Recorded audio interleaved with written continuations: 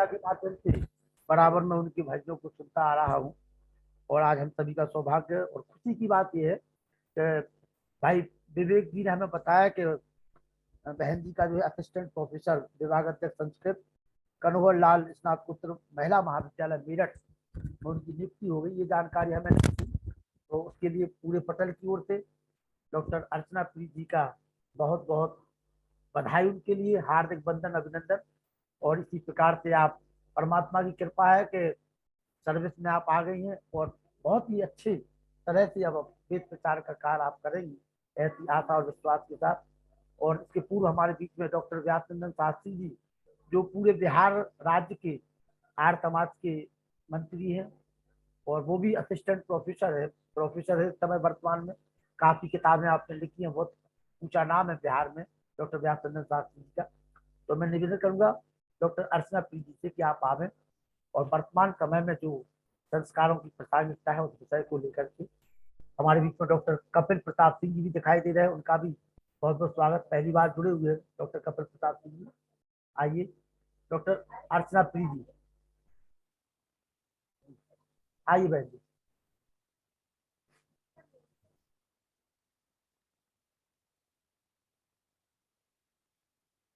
जी बहन जी, स्वागत है। इस समय मेरे साथ जो भी गणमान्य जन जुड़े हुए हैं सभी का, सबसे मैं पहले सबको मैं नमस्कार करती हूँ, नमस्ते जी करती हूँ। भाई लखन लाल जी आर्य और भी जो भी सज्जन जुड़े हुए हैं, माताएं बहनें भाई, सभी के लिए नमस्ते, शुभाशीष। जैसा कि आपको विदित ही है, भाई लखन लाल जी अभी बता ही रहे थे, मुझे भी पता चला कि इस तरह से वेबिनार के द्वारा हमारे आदरणीय आर्य जी अच्छे अच्छे विद्वानों के, उच्च कोटि के विद्वानों को आप तब सबके बीच में पहुंचाते हैं और उनके विचारों को श्रवण कराते हैं। सर्वप्रथम तो मैं अपनी तरफ से भाई लखन लाल जी आर्य को बहुत बहुत धन्यवाद देना चाहूंगी, साधुवाद देना चाहूंगी कि ऋषि दयानंद के कार्य को वो इस तरह से आगे बढ़ा रहे हैं, वाकई में वो धन्यवाद के पात्र हैं। आइए, जैसा कि आपको बताया गया है, वर्तमान समय में संस्कारों की प्रासंगिकता विषय लेकर के हम आप लोगों के मध्य में उपस्थित हैं।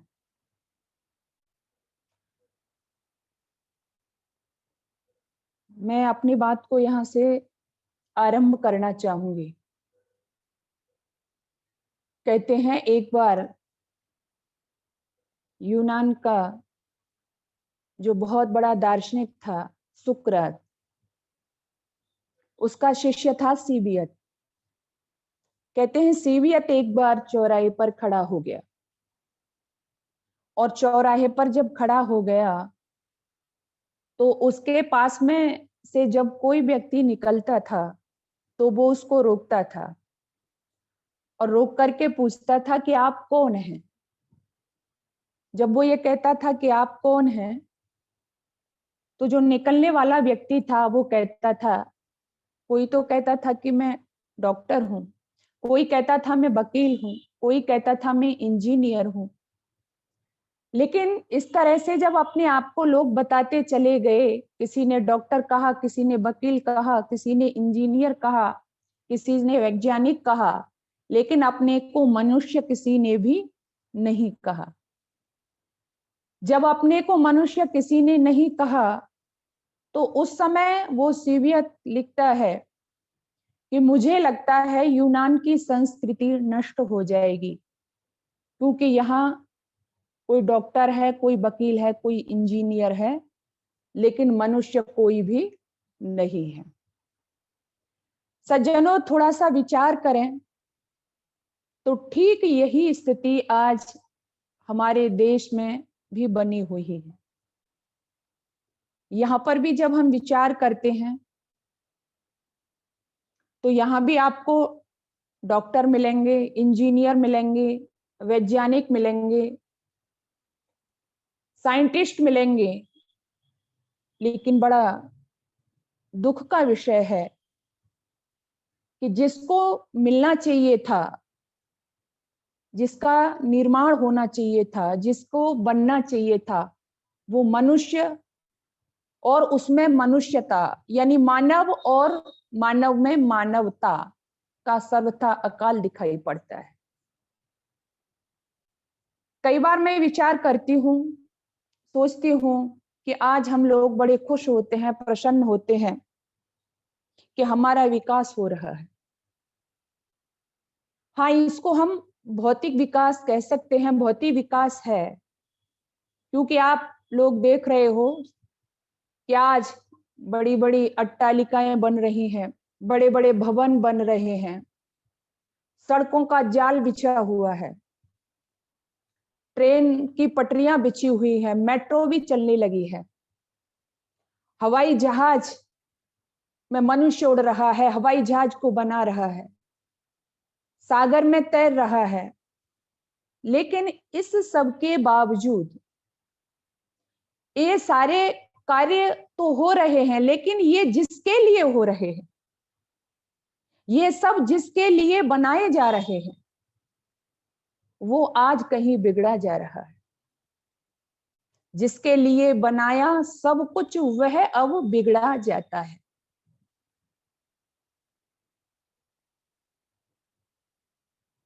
उसका निर्माण होना चाहिए था, उसकी कोई साधन हमारे पास नहीं है। बड़ी बड़ी अट्टालिकाएं, बड़े बड़े भवन, मैं आपसे कहना चाहती हूं, ये भवन, ये अट्टालिकाएं, ये रोड, ये सड़कें, ये भौतिक उन्नति के साथ साथ यदि आपने मनुष्य का निर्माण नहीं किया, मानव को मानव नहीं बनाया, तो ये सब बेकार है। इसलिए वेद माँ ने हमको बार बार कहा, मनुर्भव जनिया दैव्यम जनम। हे मानव तू मानव बन, हे मनुष्य तू मनुष्य बन। ये सारी बातें मैं आपसे इसलिए कह रही हूं क्योंकि आज का जो हमारा विषय है, वर्तमान में संस्कारों की प्रासंगिकता। मैं कई बार लोगों के साथ बैठकर भी इन विषयों पर चर्चा करती हूँ, वर्तमान समाज को भी देखती हूँ, तो कई बार हृदय में बड़ी वेदना होती है। एक घटना का जिक्र मैं आपसे करना चाहती हूँ। एक गांव में किसान था, किसान बेचारा गरीब था, मेहनत मजदूरी करके अपने परिवार का भरण पोषण करता था। छोटे छोटे बच्चे थे, कमा के लाता था, शाम को उनको खिलाता था। एक दिन ऐसा हुआ कि उनकी जो पत्नी थी, उस बाबा की, उस किसान की पत्नी बीमार थी, लेकिन गरीब था तो रोजाना मेहनत करने जाता था, खेत पर जाता था, पत्नी को दवा दी और काम करने के लिए चला गया। लेकिन जैसे ही वो कार्य पर अभी पहुंचाई है, तो पता चलता है कि उसकी जो पत्नी है, उसकी जो घरवाली है, बहुत ज्यादा बीमार है। वापस आता है अपने घर में और अपनी पत्नी की हालत देखता है कि बहुत ज्यादा बीमार है, बेचारा गरीब है, बहुत ज्यादा साधन नहीं है। सोचता है कि अगर थोड़ी सी भी देर की मैंने तो मेरी पत्नी को हो सकता है गड़बड़ हो जाएगा, दम भी तोड़ सकती है, क्योंकि स्थिति बहुत बिगड़ चुकी है। पास में ही कस्बा था, दौड़ करके जाता है और एक डॉक्टर के पास जाता है। सोचता है डॉक्टर को जल्दी से लेकर के चलूं, क्योंकि उसके पास में गाड़ी नहीं है, कोई ऐसी व्यवस्था नहीं है कि जिसको वो लेकर के जाए। किसान है, पैदल ही चल दिया, क्योंकि दुकान वो नजदीक ही है। उसके पास जाकर के कहता है, डॉक्टर साहब जल्दी चलिएगा मेरे घर, मेरी जो घरवाली है, मेरी जो पत्नी है, वो बहुत ज्यादा बीमार है। लेकिन माताओं, बहनों, सज्जनों, जो बात मैं आपसे कहना चाहती हूँ, जब ये कहा उस बूढ़े किसान ने उस डॉक्टर से, जिसका निर्माण आधुनिक युग में हुआ है, कि मेरी पत्नी बीमार है, मेरे साथ चलिए। ऐसा नहीं है कि डॉक्टर किसी के साथ में नहीं जाता है, डॉक्टर जाता है। लेकिन जब उस बूढ़े किसान को उस डॉक्टर ने देखा, क्योंकि वो बूढ़ा किसान खेती का कार्य कर रहा था, खेत पर था, उसके कपड़े भी मैले कुचैले थे, फटे थे। उसको देखता है, सोचता है कि यदि मैं इसके साथ में जाऊंगा तो मुझे नहीं लग रहा कि ये मुझे कुछ दे पाएगा, यानी कुछ मुझे पेमेंट कर पाएगा। वो उसको ऊपर से नीचे देखता है और कहता है कि जाइए, मेरे पास समय नहीं है। लेकिन वो बूढ़ा किसान हाथ जोड़ करके खड़ा हो जाता है और कहता है, डॉक्टर साहब कैसे भी करके प्लीज आप मेरे साथ चलिए, कृपया मेरे साथ चल के मेरी घरवाली को देखिए, बहुत ज्यादा बीमार है, और अगर आपने थोड़ी सी भी देर की तो वो दम तोड़ देगी। जैसे तैसे डॉक्टर को मनाता है, लेकिन डॉक्टर एक शर्त पर ही राजी होता है। डॉक्टर कहता है, बाबा देखो प्रातःकाल का समय है, मेरी दुकान में भीड़ भाड़ आप देख रहे हो, मरीज बहुत आ जा रहे हैं, मैं ऐसे समय में तुम्हारे साथ चलूंगा तो ध्यान रखना, मेरी जो फीस है वहां तक जाने की वो 1,000 रुपए होगी, क्योंकि बाबा को डॉक्टर को ले जाना है। बाबा के पास इस समय 1,000 क्या 500 भी नहीं है, लेकिन कहा कि हाँ डॉक्टर साहब चलिए, मैं आपको आपके पैसे जरूर चुकाऊंगा। डॉक्टर को साथ में लिया, रिक्शा वाला पकड़ लिया और उसमें डॉक्टर को बिठा करके वो बाबा अपने घर की तरफ चल देता है। लेकिन जैसे ही अपने घर की तरफ चलता है और अभी गांव में प्रवेश किया है, अपने मोहल्ले में घुसा है जहां उसका मकान है, सज्जनों, मकान के पास आते ही क्या सुनता है कि वहां से रोने चिल्लाने की आवाजें आ रही। रोने चिल्लाने की आवाजें जब उसके कानों में सुनाई दी, बहुत सारी घर के बाहर भीड़ भी लगी हुई है, तो लोगों से पता चलता है कि बाबा, वो किसान जिसके लिए इस डॉक्टर को रिक्शे में बिठा करके ला रहा था, उसकी वो घरवाली तो दम तोड़ चुकी है। बेचारा किसान रिक्शे से उतरा, दौड़ करके जहां उसकी पत्नी की अर्थी रखी हुई थी, शव रखा हुआ था, लिपट करके रोने लगा। लेकिन जैसे ही लिपट करके रो रहा है, 10-15 मिनट का समय होता है, तभी वो डॉक्टर जिसको वो लेकर के आया था, वो भी उस भीड़ में खड़ा हुआ है, और उस भीड़ में से निकल करके 10-15 मिनट का समय होता है, धीरे से जहां पर वो किसान बैठा हुआ था उसके कंधे पर हल्के से चपत लगाता है, और चपत लगाते हुए कहता है, बाबा मेरे जाने का समय हो गया। जब ये कहा बाबा मेरे जाने का समय हो गया है, बुड्ढे को याद आया, किसान को समझ में आ गया कि ये डॉक्टर क्या कहना चाहता है। पास में पैसे नहीं थे, क्योंकि वो खेती से आया था, अपने खेत से आकर के तुरंत ही वो उस डॉक्टर के पास चला गया था। लेकिन पड़ोसी से उधार लिया 1,000 रुपए, और 1,000 रुपए उस डॉक्टर को दे दिए। डॉक्टर 1,000 रुपए लेकर के चल देता है।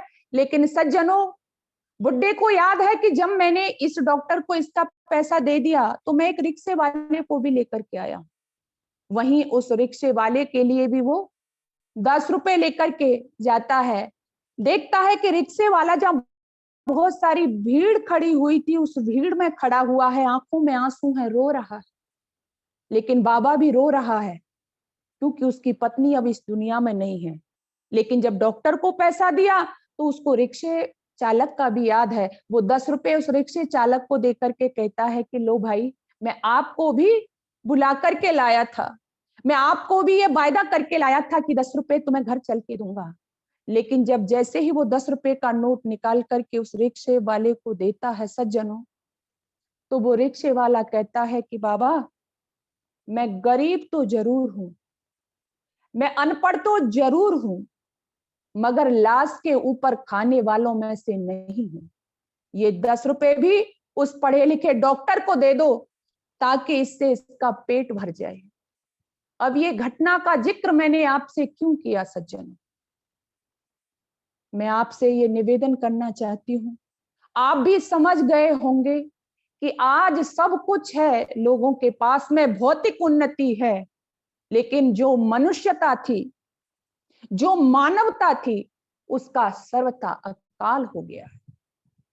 ये जरूरी नहीं है कि जो लोग डिग्रियां ले लेते हैं या अपने आप को पढ़ा लिखा कहते हैं, उनके अंदर इंसानियत भी होती है, मानवता भी होती है, संस्कार भी होते हैं। ये जरूरी नहीं। आज हमारे समाज से ये सारी चीजें खत्म हो गई हैं। व्यक्ति की संवेदनाएं मर गई हैं, उसके संस्कार लुप्त हो गए हैं।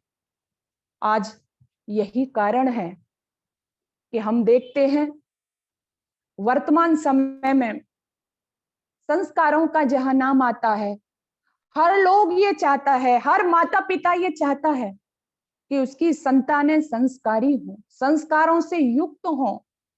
लेकिन जब संस्कारित करने का समय आता है तो हम अपना कर्तव्य भूल जाते हैं। काश आज का जो वातावरण बना हुआ है, जो परिवेश बना हुआ है, हम अपने बच्चों को संस्कार दे पाते। महर्षि स्वामी दयानंद सरस्वती जी ने हमें संस्कार विधि दी। किस लिए दी? कि हम अपने बच्चों को संस्कारित करें, एक श्रेष्ठ समाज का निर्माण करें, अच्छे समाज का निर्माण करें। वो समाज कैसा हो? वो समाज ऐसा नहीं हो कि लाश रखी हुई हो और डॉक्टर को अपनी फीस की चिंता हो। वो समाज ऐसा नहीं हो जहां एक पुत्र अपने पिता को संपत्ति के पीछे काट देता हो।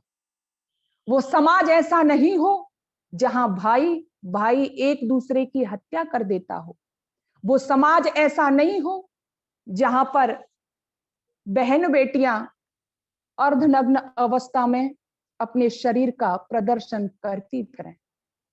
हमारा जो समाज हमें बनाना था, जिस समाज का हमें निर्माण करना था, वो समाज संस्कारों से युक्त, वो समाज ऐसा समाज जिसके विषय में मनु महाराज ने हिमालय की चोटी से घोषणा की थी, एतद्देश प्रशु तस्य सकाशादग्र जन्मनः स्वम स्वम चरित्रेण शिक्षेण पृथिव्या सर्व मानव।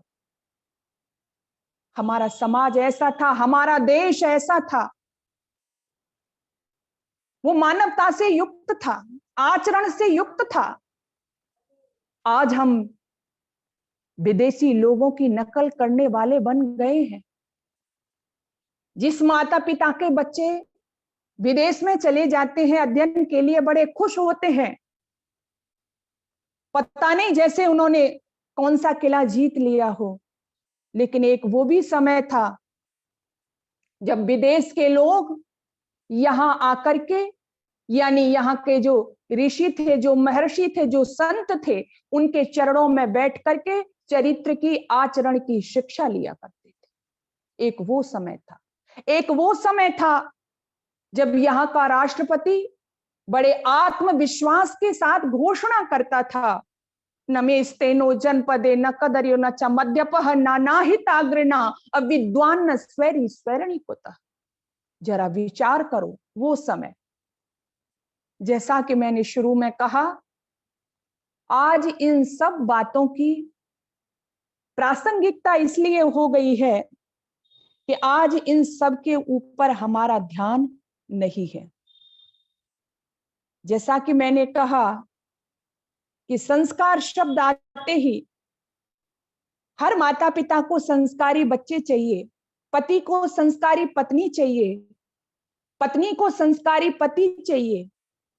लेकिन संस्कार जब दिए जाने का समय होता है, संस्कार जब देने होते हैं, तब किसी के पास समय नहीं होता है। संस्कार है क्या? क्या संस्कार कोई घुट्टी है?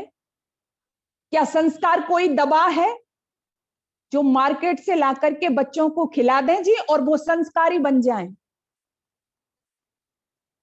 क्या संस्कार कोई ऐसी वस्तु है कि पति पत्नी को ला करके दे दे और वो संस्कारी बन जाए? नहीं। संस्कार है क्या? और आज संस्कारों की आवश्यकता क्यों है?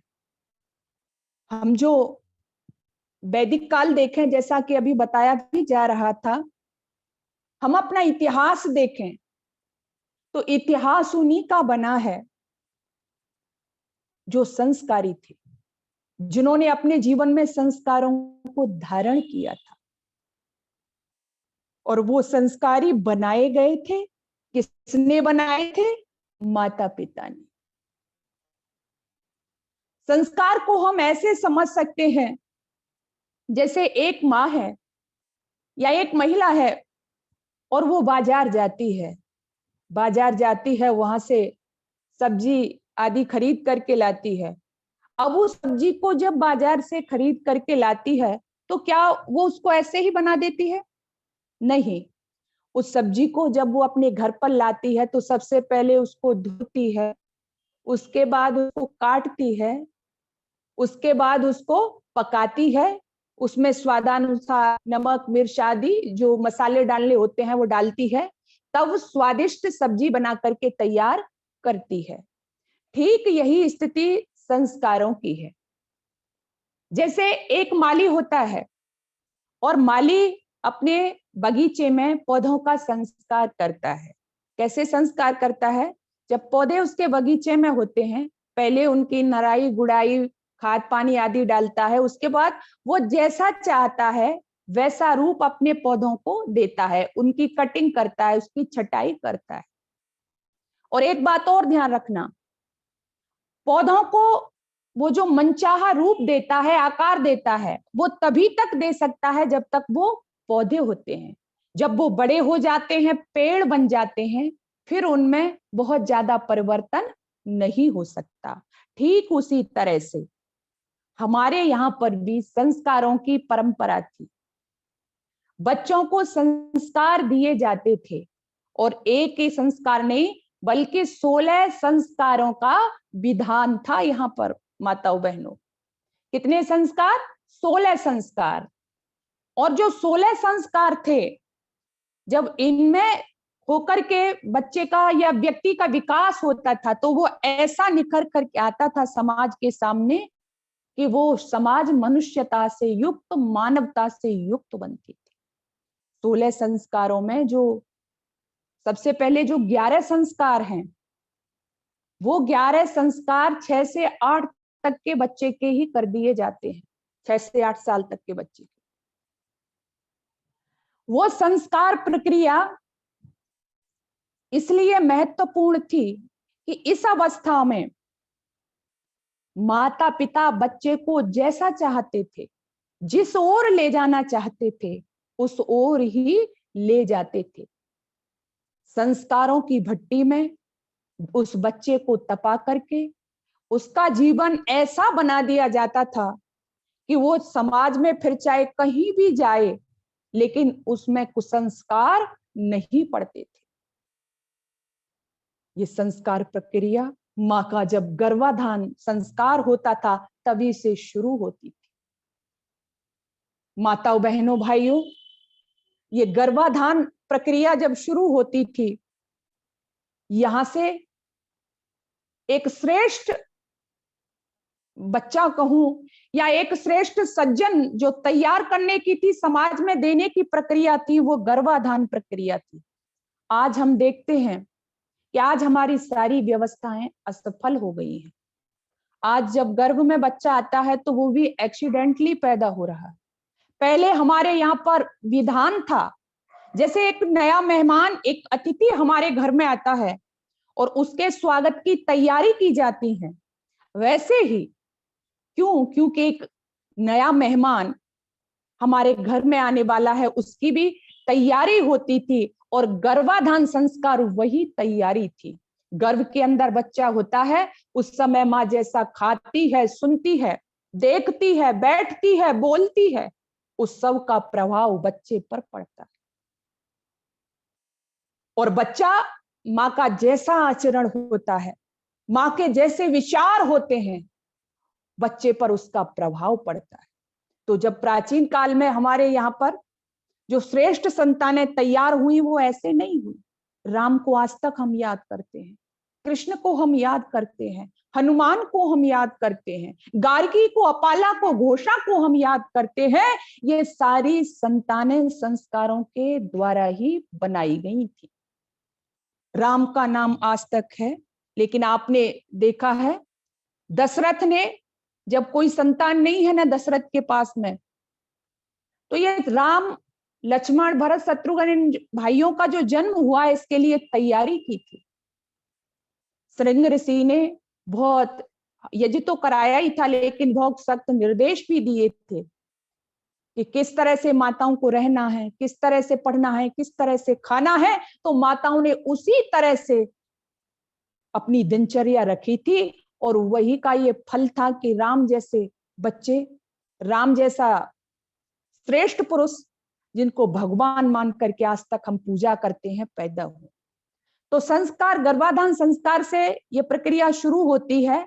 और आज भी हताश निराश होने की जरूरत नहीं है। आज भी फिर से हम अपनी समाज में ऐसे बच्चे पैदा कर सकते हैं जो अपने परिवार का नाम रोशन करने वाले हों, जो समाज को सही दिशा प्रदान करने वाले हों। लेकिन इसके लिए सबसे पहली जो जिम्मेदारी आती है, वो माँ की आती है। माँ को ये पता होना चाहिए कि हमें किस तरह से बच्चों को संस्कारित करना है। मैं प्राचीन उदाहरण तो बहुत सारे आपको दे सकती हूँ, लेकिन उधर जाना नहीं चाहती हूँ। सुभद्रा का नाम कौन नहीं जानता है। माता मदालसा ने बच्चों को तैयार किया, कोई भूल सकता है क्या? बहुत सारे उदाहरण हमारे सामने हैं। लेकिन मैं आपसे जो निवेदन करना चाहती हूं आज, कि आज हमारी जो संतानें हैं रास्ते से कैसे भटक गई। जो पहली जिम्मेदारी माँ की थी, दूसरी पिता की थी, और तीसरी आचार्य की थी। इसलिए तो ऋषि दयानंद जी महाराज ने कहा, मातृवन, पितृवन, आचार्यवन, पुरुषो वेद। आज मुझे दुख होता है, आप सब लोगों ने पढ़ा होगा, अभी 3-4 दिन पहले की घटना है।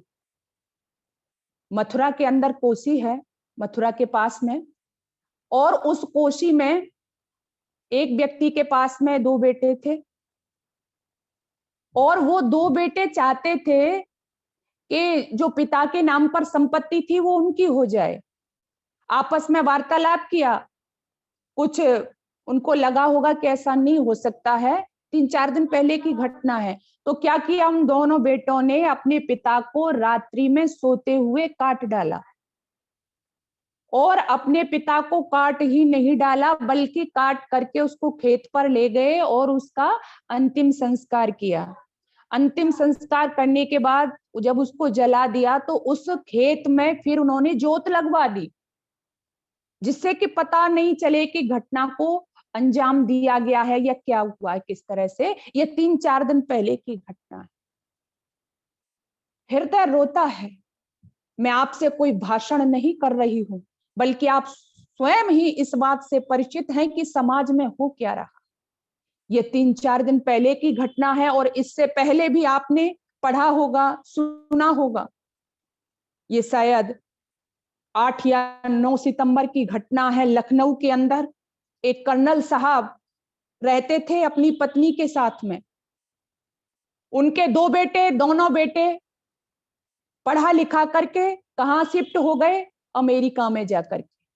अमेरिका में बच्चे हैं, कर्नल अपनी पत्नी के साथ में लखनऊ में रहते हैं, बूढ़े हो गए हैं, अकेले बेचारे रह रहे हैं। मैं कह रही थी ना, आप अट्टालिकाओं का निर्माण कर रहे हो, विशाल भवन बना रहे हो, लेकिन इनमें रहने वाले जो हैं आपने वो नहीं बनाए हैं, तो आपका ये बनाना बेकार है। विशाल भवन में कर्नल जी रह रहे हैं, तभी अचानक पत्नी का देहांत हो गया, पत्नी खत्म हो गई, बुढ़े हैं, अपनी बीवी को लेकर के बैठे हैं, बेटे को फोन किया, कहा कि तुम्हारी माताजी अब इस दुनिया में नहीं है। 2 बेटे पास पास में रहते थे, वो ये कहानी नहीं है, ये सत्य घटना है, आपने पढ़ी होगी। दोनों बेटे पास पास में रहते हैं अमेरिका के अंदर। जब कर्नल साहब ने अमेरिका में बच्चों को, अमेरिका में बच्चे हैं, अच्छे पद पर हैं, तो आप खुद भी ये समझ रहे होंगे कि परवरिश में उन्होंने कोई कसर नहीं छोड़ी। आधुनिक परवरिश जिसको कहते हैं। अमेरिका में बच्चे हैं, पिताजी ने फोन किया, बताया है कि बच्चों तुम्हारी माताजी खत्म हो गई हैं, लेकिन उसमें से छोटा बेटा चिंटू जिसका नाम है, वो वहां पर आया लखनऊ में। जब वहां पर आया है तो कर्नल साहब उनसे पूछते हैं कि बेटा तेरा बड़ा भाई कहाँ है? मुन्ना नहीं आया, क्योंकि पिताजी को पता है कि हमारे यहाँ पर ऐसी मान्यता है कि जो दाह संस्कार होता है, दाह प्रक्रिया होती है, बड़े बच्चे को बुलाया जाता है। तो एक बुड्ढे एक जिद सी पकड़ ली, कहने लगे बेटा तेरा भाई कहाँ है? मुन्ना नहीं आया है। तो छोटा जो बेटा था उसके मुंह से सच्चाई निकल गई। छोटे बेटे ने कहा, जो चिंटू था वो कहता है कि पिताजी भैया नहीं आए हैं। कि क्यों नहीं आए हैं? तो चिंटू कहता है पिताजी भैया ने मुझसे कहा है कि अब माताजी खत्म हुई है, इसलिए तुम चले जाओ, उनका दाह संस्कार तुम कर दो, और जब पिताजी खत्म होंगे तब मैं चला जाऊं। ये शब्द शब्द नहीं थे दोस्तों, ये शब्द शब्द नहीं थे, ये शब्द उस बुढ़े पिता के हृदय पर एक वज्र की भांति प्रहार करते हैं। बूढ़ा वहां से उठता है।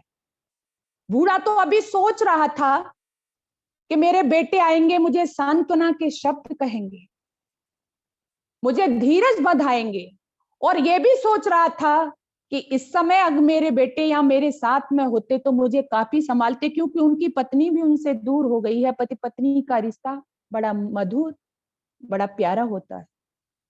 तो वो बूढ़े कर्नल अपने कमरे में अंदर गए उठ करके, और वहां वो क्या करते हैं, वहां जाकर के एक पत्र लिखते हैं। और उस पत्र में उन्होंने लिखा, कर्नल साहब लिखते हैं कि क्यों कि मेरा छोटा बेटा कहता है कि उसका बड़ा भाई तब आएगा जब उसके पिताजी खत्म हो जाएंगे। बच्चों मुझे तो आपसे बड़ी आशा थी, मैं तो तुम्हारी जो माँ जब खत्म हुई है तो उससे पहले वो बहुत तड़प रही थी तुमसे मिलने के लिए, एक बार तुम्हें देखना चाहती थी, बाहों में भर करके तुम्हारा आलिंगन करना चाहती थी, लेकिन मैंने सोचा कि वो समय तो पर्याप्त नहीं हुआ, लेकिन अब आप आ जाओगे तो आप अंतिम दर्शन अपनी माँ के कर लोगे। लेकिन मुझे पता चला कि आपका भाई इसलिए नहीं आया, मुन्ना इसलिए मेरा बेटा नहीं आया है कि वो पिताजी के अंतिम संस्कार में ही आएगा। हम दोनों का अंतिम संस्कार भी भाइयों ने बांट दिया है। तो उस बुड्ढे ने एक पत्र लिखा, और उस पत्र में उसकी जितनी जायदाद थी उसके बारे में उन्होंने लिखा कि ये मेरी ऐसे इसको दे दी जाए, नौकरों में बांट दी जाए, कुछ संस्था थी उनमें दे दी जाए। और उन्होंने जो बात लिखी शायद आपने पढ़ी होगी या सुनी होगी, वो कर्नल जो थे, वो बूढ़े कर्नल एक चिट्ठी में लिख करके गए हैं। उन्होंने लिखा था कि समाज ने मुझे बहुत कुछ दिया, समाज ने मुझे बहुत कुछ दिया, धन दिया, इज्जत दिया, लेकिन मैं समाज को सभ्य नागरिक नहीं दे पाया। बड़ी वेदना होती है दिल में। और ऐसा लिख करके उस बूढ़े कर्नल ने रिवाल्वर निकाल करके धाए धाए करके गोली चला करके अपने आप को भी समाप्त कर दिया। मैं सोचती हूं हम कहां जाकर के खड़े हो गए। जो माता पिता जिनके लिए कहा गया कोई शब्द नहीं है मेरे पास में, हमारे शास्त्रों ने जिसकी महिमा को बार बार गाया, पिता से बढ़कर के कोई देवता हमारे लिए नहीं है, माँ से बढ़कर के कोई देवी हमारे लिए नहीं है, लेकिन वो माता पिता आज हमें बोझ प्रतीत होने लगे। वो माता पिता हमने दूध में से जैसे मक्खी को निकाल दिया जाता है उस तरह से निकाल दिए हैं। किसके कारण? भौतिकता की चकाचौंध में। लेकिन जहां ये संतानें ऐसा कर रही हैं, सज्जनों मैं आप सबसे भी निवेदन करना चाहती हूं, ये कमी इन बच्चों की तो है ही, ध्यान देना, ये कमी इन बच्चों की तो है ही, लेकिन साथ ही साथ ये बच्चे ऐसा आचरण कर रहे हैं इसके लिए दोषी जब हम मूल में जाएंगे तो हम स्वयं हैं। हम स्वयं दोषी हैं। क्यों दोषी हैं? क्यों? क्योंकि जब इनको बनाने का समय था, जब इनको संस्कार देने का समय था, जैसा कि मैंने शुरू में कहा था, संस्कारित कौन करती थी? सबसे पहली पाठशाला माँ की, दूसरा पिता की। तब तो हम व्यस्त थे, हमारे पास समय नहीं था। हम आजकल इतने बिजी हो गए हैं, बस हमें धन चाहिए, कैसे भी हो धन आए। संतान को बनाने में हमारा ध्यान नहीं है, संतान के लिए हमारे पास समय नहीं है। और मैंने यहां तक देखा है, आजकल की जो बेटियां हैं, मेरी बहनें हैं, अपने बच्चों को गोदी में लेने में भी शर्म महसूस करती है। अपने बच्चों को पालने के लिए आया है उनके घर में, आया की गोदी में पलने वाला बच्चा नहीं समझ सकता कि ममत्व तो क्या होता है, प्यार क्या होता है। ध्यान देना, आज आप बिजी हो, लेकिन एक समय वो आएगा जब ये बिजी हो जाएंगे। आज आपके पास इनके लिए समय नहीं है, कल वो आएगा जब उनको भी आपके लिए समय नहीं होगा। और यही इस समाज में आज चल रहा है। इसमें कसूरवार कहीं हम हैं।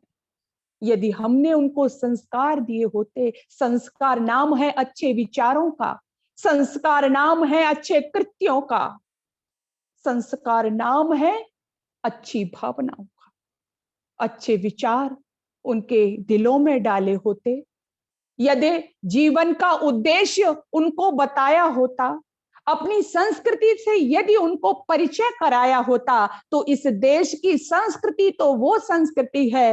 राम जिस समय वन जा रहे हैं और अभी पता लगा है कि पिताजी वन में भेजना चाहते हैं, पिताजी ने उनसे सीधा सीधा नहीं कहा था, केवल पता चला है। और माँ कैकेयी के पास में पहुंचते हैं तो माँ कैकेयी थोड़ा सा डाउट करती हैं, शंका करती हैं।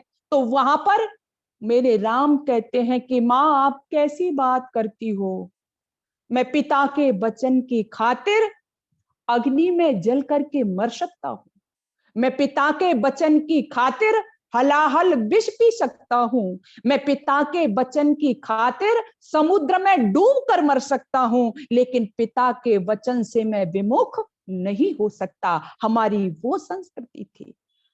आज वो संस्कृति हमारी कहां चली गई है? इसलिए आओ हमें लौटना पड़ेगा। आज वर्तमान समय में संस्कारों की आवश्यकता हमेशा से रही है, लेकिन आज मैं कहना चाहूंगी जो हम विकास के नाम पर कर रहे हैं, आज हम जो भौतिकवाद की आड़ में कर रहे हैं, उसमें ध्यान रखना, आपको ये सारी चीजें मिल जाएंगी, कोठी चाकर नौकर, बंगले गाड़ियां, महल अटारी, लेकिन आपके हाथ से जो आपको मिलना चाहिए था, आपकी संतान निकल जाएगी और निकली जा रही है। इसलिए मैं तो कहती हूं कि आपको कोठियों की व्यवस्था करने की जरूरत नहीं है। आप अपने बच्चे के लिए कार की व्यवस्था मत कीजिए, कार की जगह पे उसको संस्कार दे दीजिए। यदि संस्कार आपने बच्चे को दे दिए हैं तो वो कार कोठी बंगले अपनी जरूरत के हिसाब से अपने आप कमा लेगा। इसलिए आओ, मैं कहना चाहती हूं, सबसे पहली जो माँ होती है उसकी पहली पाठशाला होती है, पहला गुरु भी माँ को कहा है। हम अपनी जिम्मेदारी को समझें और अपनी जिम्मेदारी को समझ करके समाज में श्रेष्ठ संतान का निर्माण करके श्रेष्ठ संतान दें। दूसरा पिता की जिम्मेदारी होती है। पिता भी जब मद्यपान करता है, चोरी डकैती आदि व्यसनों में लिप्त है, तो फिर हम संतान से ये कैसे उम्मीद कर सकते हैं कि वो इन सब के विपरीत हो जाए। और आज यही हो रहा है। जब हम माता पिता बन जाते हैं, बुढ़े हो जाते हैं, तो बच्चों में दोष देते हैं। हाँ, कमी उनकी है, मैं मानती हूं, लेकिन उससे ज्यादा कमी हमारी है। जैसा कि मैंने कहा था, हम उनको क्यों वो श्रेष्ठ विचार नहीं दे पाए, वो स्वस्थ परंपरा हम क्यों नहीं दे पाए। काश वो देखते अपने परिवार में कि हमारे परिवार में ऐसा चलन है कि मेरे पिताजी अपने पिताजी की सेवा करते हैं, मेरी माँ अपनी सासू माँ की सेवा करती है, तो अवश्य ही ये आपकी संतान भी आपकी सेवा करने वाली होती, फिर आपको वृद्धाश्रम में जाकर के व्यवस्थित ये नहीं करती। इसलिए आओ, मुझे तो कुछ लाइनें याद आ रही हैं। राम और कृष्ण जी के देश में तो रहते हैं, किंतु हम प्रीत की ही रीत भूल बैठे हैं। जिन्हें अपना के हम बने थे जगत गुरु, ऐसे पद छंद और गीत भूल बैठे हैं। पाश्चात्य सभ्यता में ऐसे रंगे भारतीय आचरण अपना पुनीत भूल बैठे हैं। कैसे हो उजाला, कैसे हो उजाला, अंधकार है तुम्हारी देन, क्योंकि हम अपना अतीत भूल बैठे हैं, क्योंकि हम अपना अतीत भूल बैठे हैं। जो अतीत होता है हमारा, वो हमें समझाने के लिए ही होता है। आज सारी जो अव्यवस्थाएं आ गई हैं समाज में, यदि हम क्रम से देखें तो ये सब जहां हम अपने कर्तव्यों से पीछे हट गए हैं, ये उसी का परिणाम है। आज माँ की पाठशाला, पिता की, फिर आचार्य की पाठशाला भी खराब हो गई। माता पिता यदि कुछ कमी रह जाती थी तो वो आचार्य की पाठशाला में जाकर के दूर हो जाती थी। सुंदर सुंदर शिक्षाएं, आचरण की शिक्षाएं, क्योंकि आचार्य शब्द ही अपने आप में बड़ा महत्वपूर्ण है। आचार्य कस्मात्, आचार्य आचार्यम ग्राह्यति आचनोति अर्थान बुद्धि इति वा। आचार्य होता ही वह था जो अपने बच्चों को आचरण की शिक्षा दिया करता था। आज हमारे आचरण ही तो खराब है, आज हमारा आचरण ही तो सही नहीं है। आप देख सकते हैं, अभी 2-1 दिन ही हुए हैं इस घटना को, अभी चली हुई है। आप देख सकते हैं देश कहां आकर के खड़ा हो गया, किस चरित्रहीनता के चौराहे पर खड़ा है। हम यहां पर संस्कारों की बात कर रहे हैं। चंडीगढ़ के अंदर, चंडीगढ़ में यूनिवर्सिटी में कुछ लड़कियों में से एक लड़की ने क्या किया है कि जो उसकी सहेलियां हैं, नहाते हुए जो नहा रही हैं उसकी सहेलियां, उनका वीडियो बनाया है और वो वीडियो बना करके फिर वायरल कर दिया है, यानी लड़कों के पास में भेजा है। अब इन दिनों में हंगामा कुटा हुआ है, आप सब लोग पढ़ रहे होंगे। जरा विचार करो, ये गंदी मानसिकता, ये दूषित विचार कहां से आ गए जी, और वो भी इस देश की बहन बेटियों के। बड़ा दुख होता है। इस देश की बेटी, इस देश की नारी, मैन उसका जो दर्जा था वो माँ का था। माता निर्मात्री भवती, माँ जो होती थी वो निर्माण करने वाली होती थी। लेकिन आज जब वो माँ बनेगी, अभी वो बेटी है, लड़की है, आज उसका कृत्य आप देखिए कि उसके दिमाग में चल क्या रहा है। वो ये नहीं समझ पा रही है कि जो दूसरी हमारी बहन है, जो बेटियां हैं, उनके अश्लील वीडियो, अश्लील फोटो बच्चों के ग्रुप में भेज रही है, लड़कों के ग्रुप में शेयर कर रही है। बताइए, यही बेटी, यही बच्ची जब मां बनेगी तो इसके ये दूषित विचार बच्चे में जाएंगे कि नहीं जाएंगे? और ऐसे दूषित विचार जब उस बच्चे में जाएंगे तो जी वो बच्चा इस समाज को क्या देने वाला है? फिर वो यही बच्चे हैं जो कोई दिन बाकी नहीं जाता, चाहे वो सड़क पर हो, चाहे महाविद्यालय विद्यालयों में हो, खड़े हो जाते हैं। कोई बहन जाती है, कोई बेटी जाती है, छेड़ते हैं, फप्तियां कसते हैं, सीटियां बजाते हैं, अश्लील हरकतें करते हैं। ये कौन है? ये वही लोग हैं, मैंने कहा था ये लोग दोषी हैं, ये बच्चे दोषी हैं। लेकिन जब हम पीछे मुड़ करके देखेंगे तो सबसे ज्यादा दोषी इसमें हम होते हैं। क्यों? क्योंकि हम उनको संस्कार नहीं दे पाते, हम उनको वो विचार नहीं दे पाते हैं। इसलिए वो जो संतान जो कूड़ा कचरा के रूप में पैदा करके हम इस पृथ्वी पर छोड़ रहे हैं, वही संतान इस देश में, इस समाज में गंदगी को बढ़ा रही है।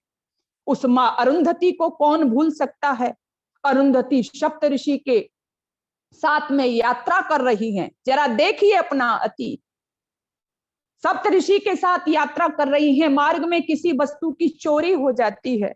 हर व्यक्ति अपनी अपनी सफाई देता है और सफाई देते हुए कहता है कि मैंने चोरी नहीं की है। लेकिन जब मां अरुंधति पर नंबर आता है तो मां अरुंधति अपनी सफाई देते हुए कहती है कि यदि मैंने चोरी की हो तो मुझे वह पाप लगे जो अयोग्य, कुसंस्कारी और दुर्लभ संतान पैदा करने वाले बच्चे की मां को लगता है। जरा विचार करो, हमारे यहाँ पर अयोग्य संतान पैदा करना, दुराचारी संतान पैदा करना पाप होता था। इसलिए जो हमारी पहले देवियां थी वो इससे डरती थी और अपनी संतानों को पूर्ण संस्कारी बनाया करती थी। इसलिए आओ आज लौटो, आज हमें लौटने की जरूरत है। आज सारा वातावरण दूषित है। आप कहीं पर भी देखो बच्चों का निर्माण कैसे हो, यदि हम थोड़े से भी भटक गए तो। आज जब बच्चा पहले गर्भ से शुरू होता है, गर्भ में माँ की जो प्रतिक्रिया है वो सारी गलत है। माँ का खान पान गलत है, माँ के आचार विचार गलत है। उसके बाद में जब बच्चा इस दुनिया में आ गया, थोड़ा बड़ा होता है और जब वो एक माहौल में जाता है, वातावरण में जाता है, वो माहौल भी उसको सही नहीं मिलता है। बच्चे में अच्छे विचार आप कैसे भरोगे? जो माहौल हमने क्रिएट कर रखा है, जो माहौल हमने बना रखा है। आप बच्चों को भजन सिखा रहे हो, आप बच्चों को मंत्र सिखा रहे हो, आप बच्चों को श्लोक सिखा रहे हो। पहले तो आप ही नहीं सिखा रहे हो, थोड़ा बहुत आप कहीं से कोई 1-2% में यदि सिखा भी देता है, बच्चा बाहर जाता है, वहां गंदे गंदे गाने सुनता है। बच्चा बाहर जाता है, गंदी गंदी गालियां सुनता है। फिर वो बच्चा वही गालियां बोलता है, वही गंदे गीत गाता है। इतने गंदे गीत आप स्वयं अनुभव करोगे। वो गंदे गीत बच्चे को भी अर्थ पता नहीं है, अपनी बहन के पास में बैठा गा रहा है, अपनी माँ के पास में बैठा गा रहा है। ये किसका प्रभाव है? ये वातावरण का प्रभाव है। तो फिर उस बच्चे का वो जो वातावरण है, बच्चा उससे सीखता है और वही वातावरण से सीख करके गंदे विचार, गंदे भजन, गंदे गाने, ये सब कुछ सीख करके फिर उसके अंदर वही संस्कार तो रहेंगे, कुसंस्कार रहें या अच्छे संस्कार रहें। यदि आप बच्चे में अच्छे संस्कार भर देंगे तो वो उसी तरह का बन जाएगा, और यदि अच्छे संस्कार नहीं देंगे तो उसकी जगह पे उसको बुरे संस्कार, बुरे विचारधारा, बुरी बातें, बुरे लोगों से मिलेगा तो वो उसके अंदर जाएंगी अवश्य। तो इस तरह का माहौल क्रिएट होता है। तो इसमें भी हमारी भूमिका क्या है? हम ये देखें कि हमारी भूमिका क्या है। हर एक माँ, हर एक पिता, हर एक भाई, हर एक बहन अपना अपना दायित्व समझ ले, अपनी अपनी भूमिका समझ ले, तो वातावरण भी हम लोगों से बनता है। जहां गंदा गाना बजता है वहां हम सक्रिय होकर के अच्छे गाने बजवा सकते हैं। गंदे गाने हम ही तो बजवाते हैं ना।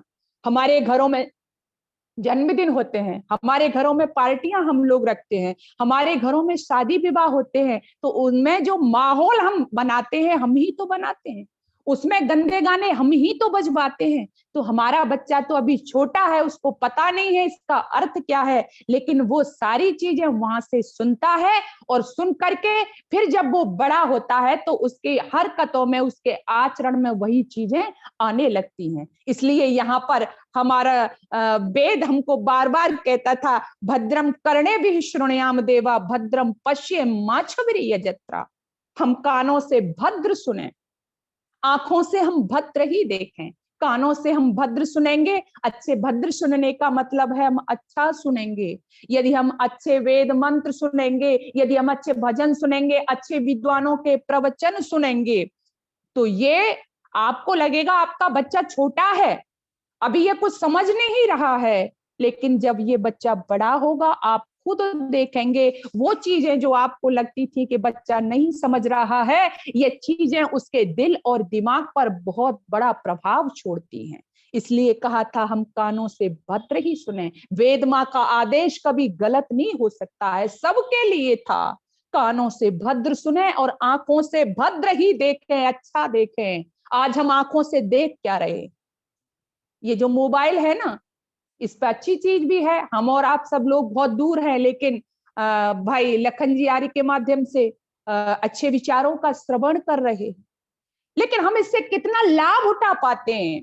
आज हम देख क्या रहे हैं? मोबाइल के माध्यम से, टेलीविजन के माध्यम से जो गंदगी आज समाज में परोसी जा रही है, वह भी इस समाज को दूषित करने में उसका बहुत बड़ा योगदान है। आंखों से हम जैसा देखेंगे, हमारे विचार भी वैसे ही क्रिएट होंगे।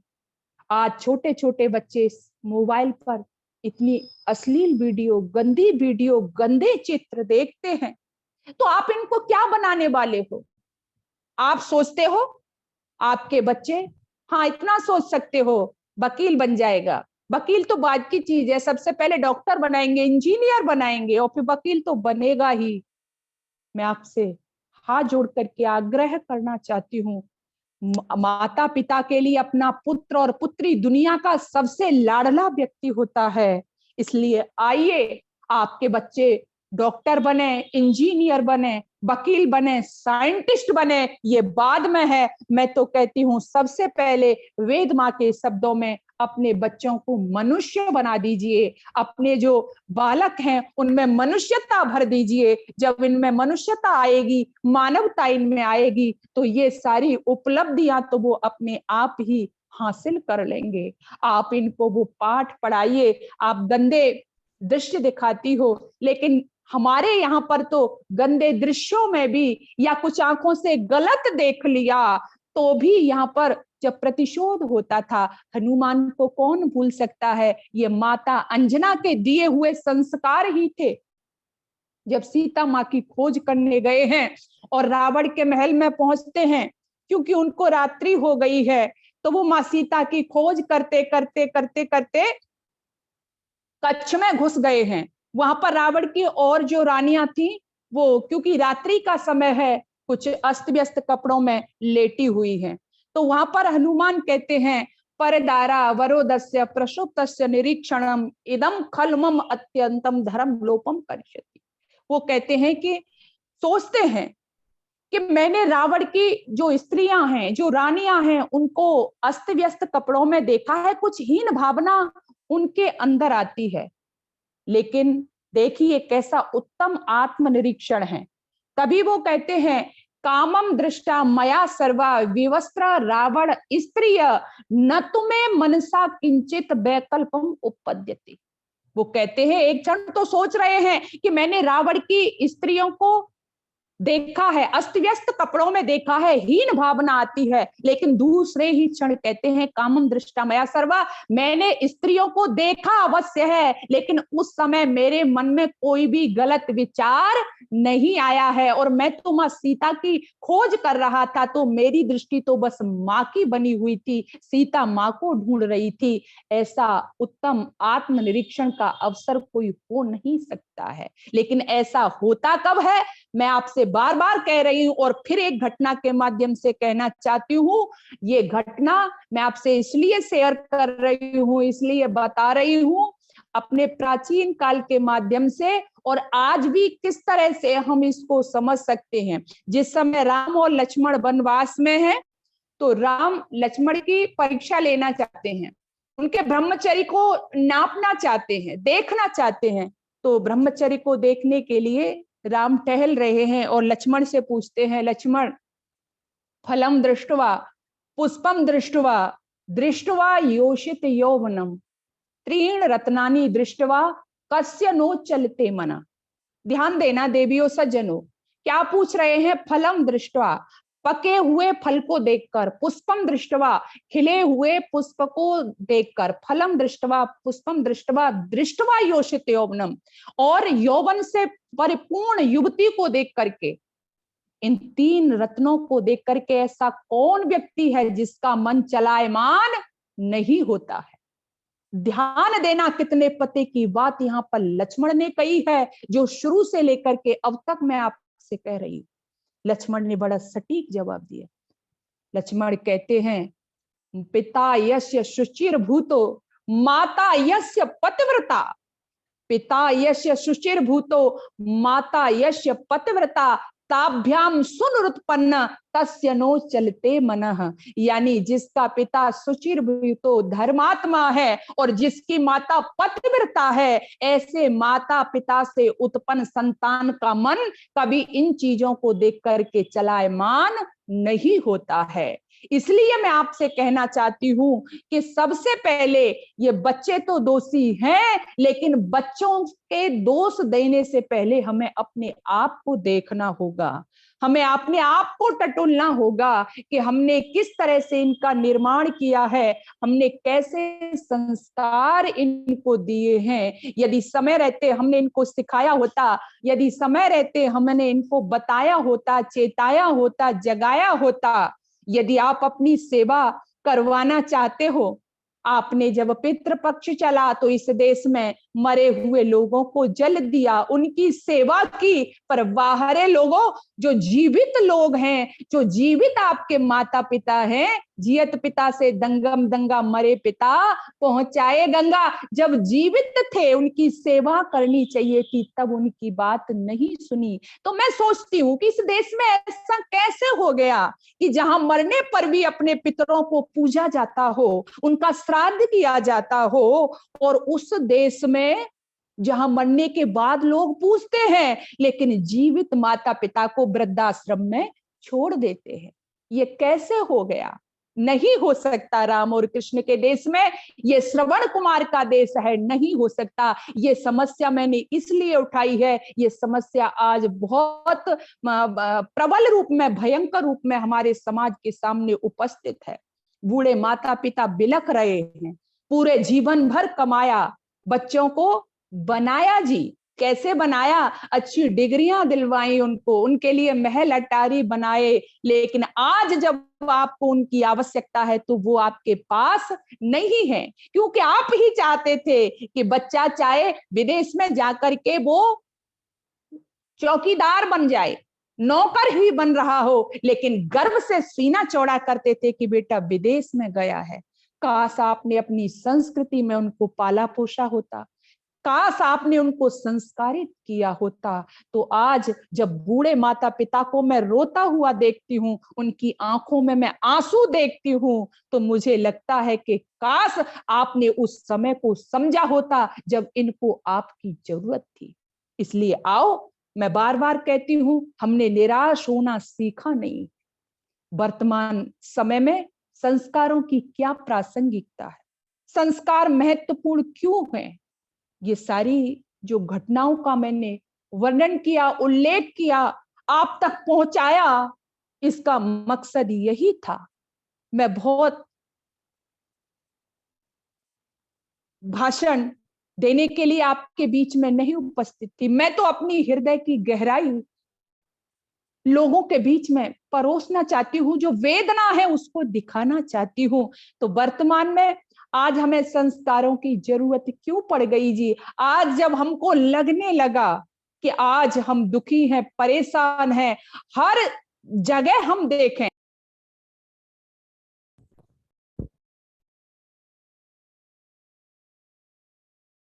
ऑडियो बंद हो गया आपका बहन जी, ऑडियो बंद।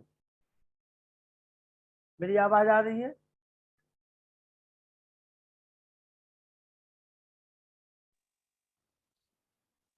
जी बहन जी, हाँ ऑडियो बंद हो गया। आइए बोलिए बहन जी, बोलिए।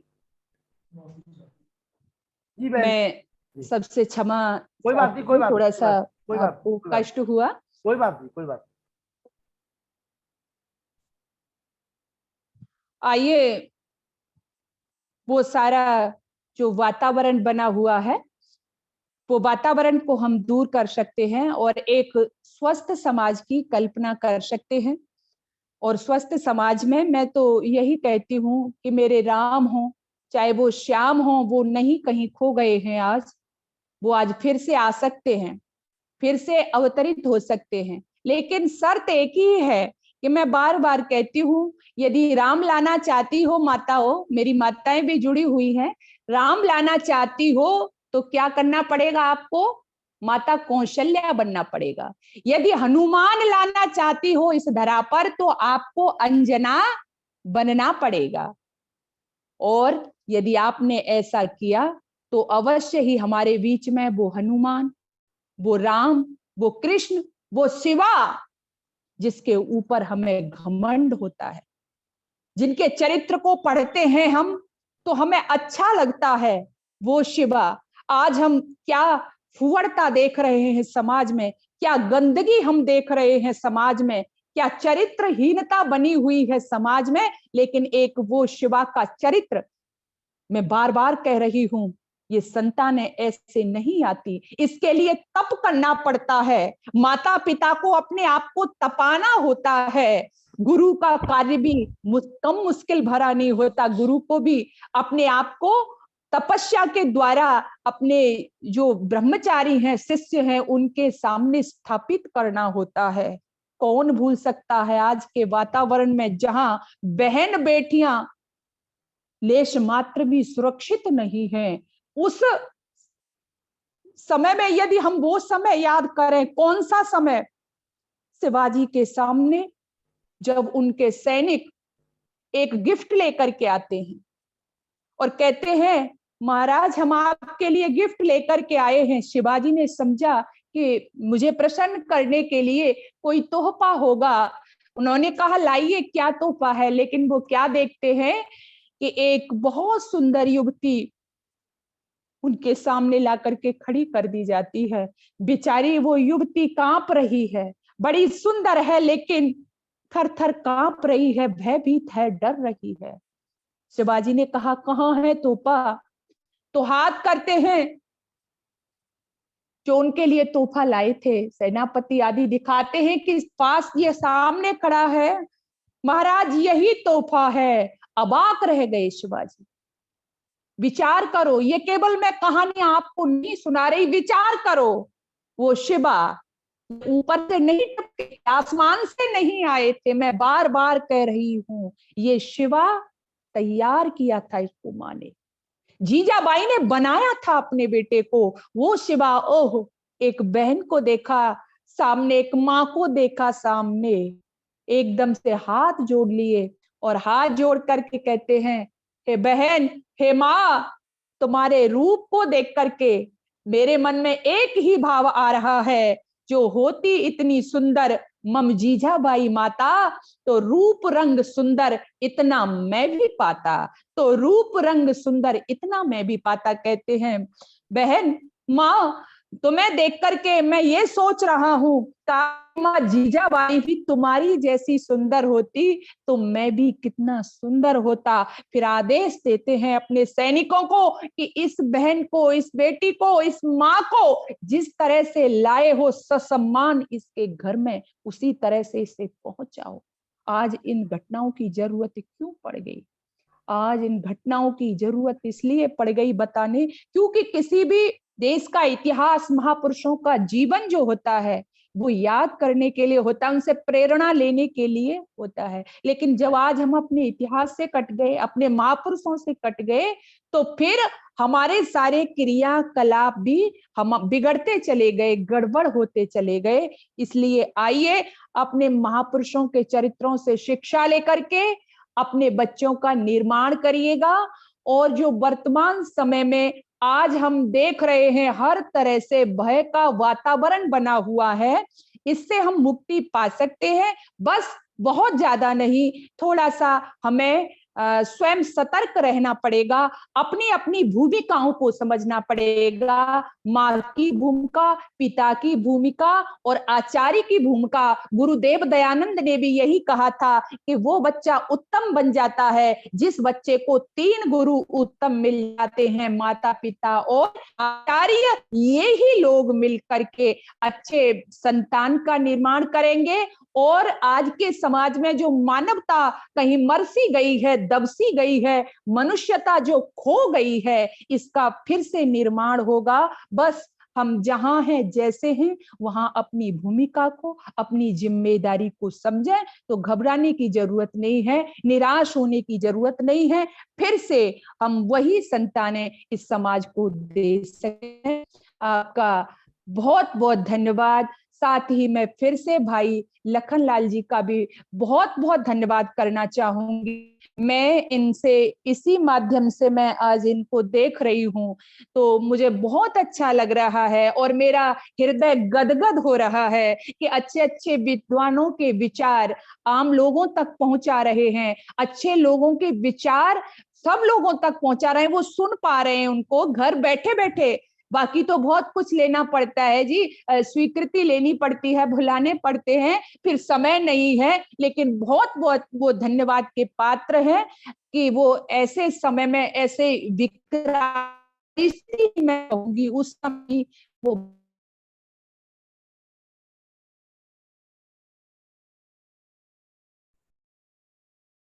मेरे साथ में जो माताएं बहनें और मुझसे बड़े छोटे सभी जो लोग जुड़े हुए हैं, मैं पुनः उन सभी का बहुत बहुत धन्यवाद देना चाहूंगी कि आपने बड़ी एकाग्रता के साथ आप जुड़े हुए हो और आपने मुझे श्रवण किया है।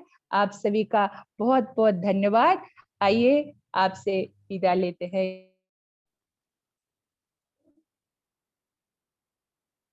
बहुत बहुत आभार।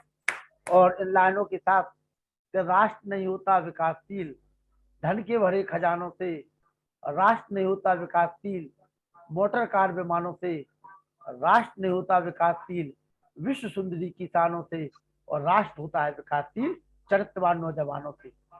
आज हमारी बहन डॉक्टर अर्चना प्रिय आर जी को प्रत्यक्ष रूप से सुना। निश्चित रूप से जो हमारी परंपरा थी, गार्गी, अपाला, मदालुसा, उस परंपरा की निर्वाहक डॉक्टर निष्ठा विद्यालंकार की छोटी बहन आज हमें प्राप्त हो चुकी हैं। बहुत बहुत आभार, अभिनंदन। और विवेक प्री जी का जो आपके भाई हैं, जिन्होंने इस कार्यक्रम को हमेशा फेसबुक के माध्यम से सुनते रहते थे, देखते रहते थे, उन्होंने आपसे बातचीत की और हम सभी को आज पूरे भारत देश के कोने कोने से जुड़े हुए हमारे आर्यजनों को और गैर आर्य समाजियों को आपकी जो अमृतमयी वाणी है, और वास्तव में आज का जो आपका उद्बोधन रहा बहुत ही महत्वपूर्ण परिवार दृष्टि से, समाज की दृष्टि से।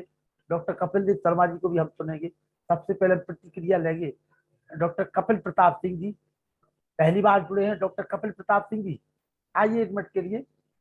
डॉक्टर कपिल प्रताप सिंह जी, दो शब्द आइए। हाँ, सभी के लिए बहुत बहुत नमस्ते सबके लिए। आज सुना, बहुत अच्छा लगा। और ऐसे ही हम आर्य समाज से जुड़े हुए हैं तो ऐसे ही काम हम करते रहें, विचारों का आर्य जी विचारों का आदान प्रदान करते रहें। आपका बहुत बहुत धन्यवाद। कहाँ से हैं कपिल जी? कपिल जी कहाँ से हैं आप जी? मथुरा से जी। चलिए, स्वागत है कपिल जी, इसी प्रकार से जुड़े रहिए। और मैं निवेदन करूंगा धन्यवाद है जी नरोला जी।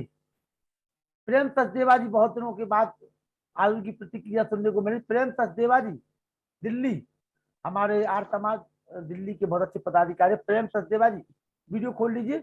आइए डॉक्टर नरोला जी। आदरणीय डॉक्टर अर्चना प्रिय आर्य जी, डॉक्टर व्यासनंदन शास्त्री जी, डॉक्टर निष्ठा विद्यालंकार, पुरुषोत्तम मुनि जी, आदरणीय लखन जी, वेद प्रकाश जी और बहनचंद कांता जी। डॉक्टर अर्चना प्रिय जी ने आज बहुत ही भावुक और संवेदनशील शब्दों में अपना संस्कारों की महत्ता पर अपने विचार प्रकट किए। बहुत ही उत्तम विचार दिए गए। वाकई वास्तव में देखा जाए तो ये संस्कार ही हैं जो बताते हैं कि किसी व्यक्ति का, किसी बच्चे का परवरिश जो है, पालन पोषण घर में किस प्रकार से हुआ है, और परवरिश से ही और परिवार कैसा है उसका इन संस्कारों से ही पता चलता है। संस्कारों से ही पता चलता है कि व्यक्ति का व्यक्तित्व किस प्रकार का है।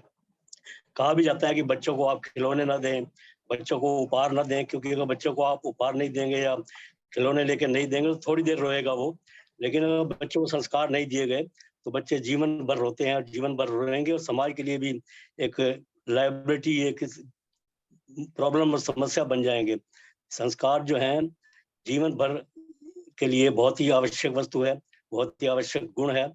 और संस्कार अगर नहीं है तो समझिए कि मानवता नहीं है। संस्कार ना होने से मानवता ही मरती है। आज ये बड़ा मतलब क्षोभ का विषय है कि पश्चिम देश जो है भारत की संस्कृति और भारत के संस्कारों को कुछ हद तक अपना रहे हैं, जबकि हम लोग जो है पश्चिम के संस्कार और पश्चिम की जो गलत बातें हैं और गलत चीजें हैं उनको हम अपने अंदर हमारे देश में घर करती जा रही हैं। बहुत ही हमें डॉक्टर धन्यवाद। अर्चना प्रिय जी ने जो बोधन दिया है उसके ऊपर हमें मनन करना चाहिए और अपना ध्यान देकर अपने संस्कारों की रक्षा करनी चाहिए। बहुत बहुत धन्यवाद, बहुत बहुत आभार। और महाराष्ट्र से हमारे बीच में कपिल देव शर्मा जी जो पुरोहित हैं, बंबई से जुड़े हुए हैं। आइए कपिल जी, कल आपका व्याख्यान है मैं कौन हूँ, कल इस विषय पे आप सुनेंगे, आपकी प्रतिक्रिया दीजिए, कार्यक्रम कैसा लगा जी। सभी आर्य बंधुओं को, बहनों को नमस्ते। नमस्ते जी। और आप सभी एक सराहनीय कार्य कर रहे हैं, सभी धन्यवाद के पात्र हैं। और बहन अर्चना जी ने बहुत सुंदर विचार प्रस्तुत किए, उनका भी बहुत बहुत आभार व्यक्त करता हूँ। ग्राह्य विचार हैं, बहुत अच्छा उपदेश लगा और प्रमाणित उपदेश लगा। प्रमाण देकर के उन्होंने अपने जो सुंदर विचार दिए हैं वो हृदय ग्राह्य रहे, तो मुझे बहुत हृदय स्पर्शी विचार प्राप्त हुए। उसके लिए मैं आपके इस कार्यक्रम को चलाने के लिए सभी आयोजकों का धन्यवाद करता हूँ। कल के लिए मैं अपना विचार कल आपका व्याख्यान रहेगा मैं कौन हूँ, कपिल देव शर्मा जी जो हमारे डॉक्टर अखिलेश शर्मा जलगांव सेवा में मैं अपना विचार रखूंगा। मैं कौन हूँ, कल मैं कौन हूँ मेरा विषय रहेगा। हाँ, कल मैं कौन हूँ इस विषय पे आप सब लोग आमंत्रित हैं। भोगी प्रसाद जी म्यांमार, भोगी प्रसाद जी म्यांमार से जुड़े हुए हैं। आइए भोगी प्रसाद जी म्यांमार जी। भोगी प्रसाद जी सभी आर्यों को नमस्ते। नमस्ते जी। आज का तो बहन जी का जो प्रवचन ऐसा चला कि समय रुक गया। रुक गया। बहुत बहुत धन्यवाद। बहुत बहुत बहुत ही अच्छे विचार, ज्ञानवर्धक जानकारी। अगर समाज में आज की ये धारणाएं बन जाए तो क्या कहना। सुनील जी बहुत बहुत धन्यवाद। मोगा पंजाब, सुनील जी पंजाब, सुनील जी डॉक्टर दिनेश शर्मा अलीगढ़, सुनील जी पंजाब, सुनील जी पंजाब से आज अब तक मुनि पुरुषोत्तम वानप्रस्थी जी हमारे गुरु जी। आइए मुनि जी, मुनि जी दो शब्द आइए। प्रधान जी ओम तन्नो मित्राः संवरणः तन्नो भवत्यर्यमा तन्न इंद्रो बृहस्पति तन्नो विष्णु दुर्गमः। सभी महान भावों के लिए नमस्ते। और आज का जो हमारे बीच रखा गया है वर्तमान काल में संस्कारों की प्रासंगिकता, हम देखते हैं हमारी डॉक्टर बहन अर्चना प्रिय जी अभी हमारे भूपी प्रसाद जी कह रहे थे कि जैसे ऐसा लगता था जैसे समय ऐसा लगा है समय बहुत जल्दी समाप्त हो गया है। तो मैं देख रहा था संस्कारों की प्रासंगिकता के बारे में। मत्वा कर्माणि सिद्धति मनुष्या, मनुष्य उसके लिए कहा गया है जो बुद्धिपूर्वक विवेकपूर्वक कार्य करता है। मैं एक छोटा सा वो पढ़ रहा था आइंस्टाइन का, तीन का, बहुत अच्छे विद्वान कहे गए हैं जी विज्ञान के। और एक बार कहते हैं पत्र प्रतिनिधियों ने उनसे पूछा कि संसार में इतने दुख हैं, इतनी अशांति है, क्या उसे दूर करने का भी कोई उपाय है? तो बताते हैं उनका उत्तर था कि हाँ है, और केवल एक कि अच्छे मनुष्य उत्पन्न किए जाए। और वास्तव में अच्छे मनुष्य उत्पन्न, जैसा कि कहा गया मातृवान पितृवान आचारवान पुरुष, माता पिता और आचार्य तीनों का दायित्व बनता है कि इन बच्चों के ऊपर हम संस्कार डालें। तीर्थ संस्कारों का, जैसा कि हमारी बहन जी ने अभी बहुत से उदाहरण दिए हुए हैं और सभी हम लोगों ने सुने हुए हैं, लेकिन मनन करने की बात है, हम उस पर विचार करें तो हम समझते हैं कि हमारे व्याख्यान को सुनने का ऐसे कितनी मार्ग बातों के द्वारा उन्होंने, मैं देख रहा था बहन जी जैसे भावुक हो रही हूँ, और इस भावुकता का अगर हम लोगों को लाभ नहीं मिले तो फिर हमारा जीवन मनुष्यत्व का नहीं हम समझते। तो मैं साधुवाद देता हूँ अर्चना प्रिय आर के लिए और सभी महान सुनील जी पंजाब। जी नमस्ते जी सभी को। आप वीडियो बहुत खोल लीजिए, ही वीडियो खोल लीजिए अपना, सुनील जी वीडियो खोलिए। पंजाब। बहुत ही अच्छे विचार सभी के, और खास करके विशेष रूप से आचार्य जी ने जो अपने विचार दिए, समय की आवश्यकता भी और अपने हृदय की टीस को भी हमारे सामने रखा है। पहले तो इन्हें बहुत बहुत शुभकामनाएं, क्योंकि अभी पिछले दिनों इन्होंने ज्वाइनिंग की है और सब समाचार आर्य जगत के मिलते भी रहते हैं। जो विचार हैं बड़े गहरे हैं, और निश्चित रूप से हमें चाहिए कि हम इनकी परिपालना अपने आर्य परिवारों में करें, और अन्यों पर भी एक ये संदेश जाएगा कि निश्चित रूप से हमें आज संस्कारों की महती आवश्यकता है। और महर्षि दयानंद जी ने जो एक दूरदृष्टि से ये कार्य किया, तो उनके कार्य को भी हम जरूर बढ़ा पाएंगे। आप सभी का हृदय से धन्यवाद जी। बहुत बहुत आभार सुनील जी, जो आप धर्माचार्य पंजाब में वहां पर भी प्रचार कर रहे हैं। युद्धवीर जी, डॉक्टर दिनेश शर्मा जी जो इंटर कॉलेज में प्रधानाचार्य है अलीगढ़ में, डॉक्टर दिनेश शर्मा जी आइए। जी शर्मा जी, कैसा लग रहा है, बोलिए। सभी को नमस्ते। नमस्ते जी। कार्यक्रम बहुत अच्छा रहा, संस्कारों पर आधारित है जी। ये हमारे भारतीय प्राचीन संस्कार ही थे जिनके हमारा देश विराट भारतवर्ष संपूर्ण जगती पर विश्व गुरु के रूप में आसीन था। आज संस्कारों का क्षरण हो रहा है। ऐसे उद्बोधनों की आवश्यकता है, जैसा बहन जी ने आज उद्बोधन अपना दिया है संस्कारों पर आधारित। एक एक बात उनकी सत्य है। उन्होंने जो कोसी कला का उदाहरण दिया, उन्होंने जो लखनऊ का उदाहरण दिया, ये सब हमने समाचार पत्रों में पढ़े हैं। ये कोई कपोल कल्पित कल्पनाएं नहीं है जो उन्होंने प्रस्तुत की। बहुत सुंदर। आज हमारे देश में नैतिक शिक्षा का ह्रास हो रहा है। छात्रों को नैतिक शिक्षा नहीं दी जाती है।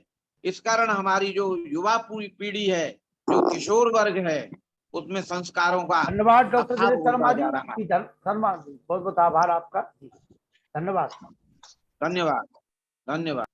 डॉक्टर निष्ठा विद्यालंकार जी, केवल 2 मिनट, केवल 2 मिनट। अच्छा जी। हाँ, केवल 2 मिनट। चलिए, हमारे भाई लखनलाल आर्य जी, और इनके लिए जितना भी कहा जाए कम है, और सब कहते ही हैं और कहने के पात्र भी हैं आप, और जुड़े हुए सभी सम्मानित जन। बहुत ही अच्छा उद्बोधन।